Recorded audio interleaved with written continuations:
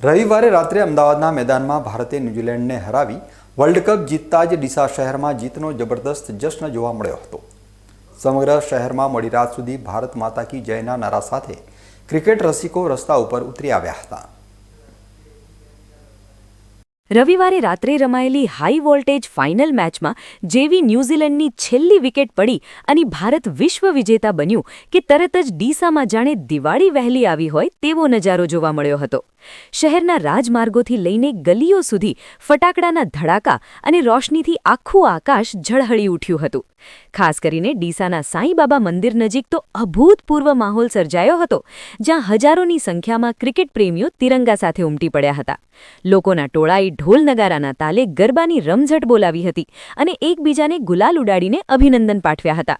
સાંઈબાબા મંદિર ખાતે મોડી રાત સુધી ચાલેલા આ જશ્નમાં યુવાનોથી લઈને વૃદ્ધો સુધીના તમામ લોકો ભારતની આ ઐતિહાસિક જીતની ખુશીમાં ઝૂમી ઉઠ્યા હતા।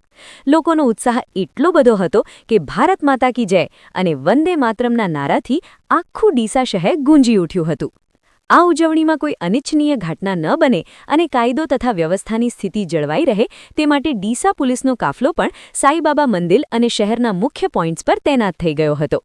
પોલીસ અધિકારીઓ સતત પેટ્રોલિંગ કરીને લોકોની ઉજવણી પર નિરીક્ષણ રાખી રહ્યા હતા, જેથી ટ્રાફિક અને સુરક્ષાની કોઈ સમસ્યા ઊભી ન થાય। આ જીત માત્ર એક રમતની જીત નહોતી, પરંતુ ડીસાવાસીઓ માટે એક ભાવનાત્મક ઉત્સવ બની ગઈ હતી, જેમાં લોકોએ પોતાની પરસેવાની કમાણીના ફટાકડા ફોડીને ટીમ ઇન્ડિયાના ખેલાડીઓને વધાવ્યા હતા। બજારમાં મીઠાઈની દુકાનો પર પણ મોડી રાત્રે ભીડ જોવા મળી હતી, કારણ કે લોકો મોં મીઠું કરાવીને આ ખુશીને યાદગાર બનાવવા માંગતા હતા। આમ અમદાવાદમાં ભારત વિજેતા થતાં જ ડીસાના સાંઈબાબા મંદિર ખાતે ભવ્ય વિજય ઉત્સવ મનાવવામાં આવ્યો હતો, જેની યાદો લાંબા સમય સુધી ડીસાના ક્રિકેટ રસિકોના માનસપટ પર અંકિત રહેશે।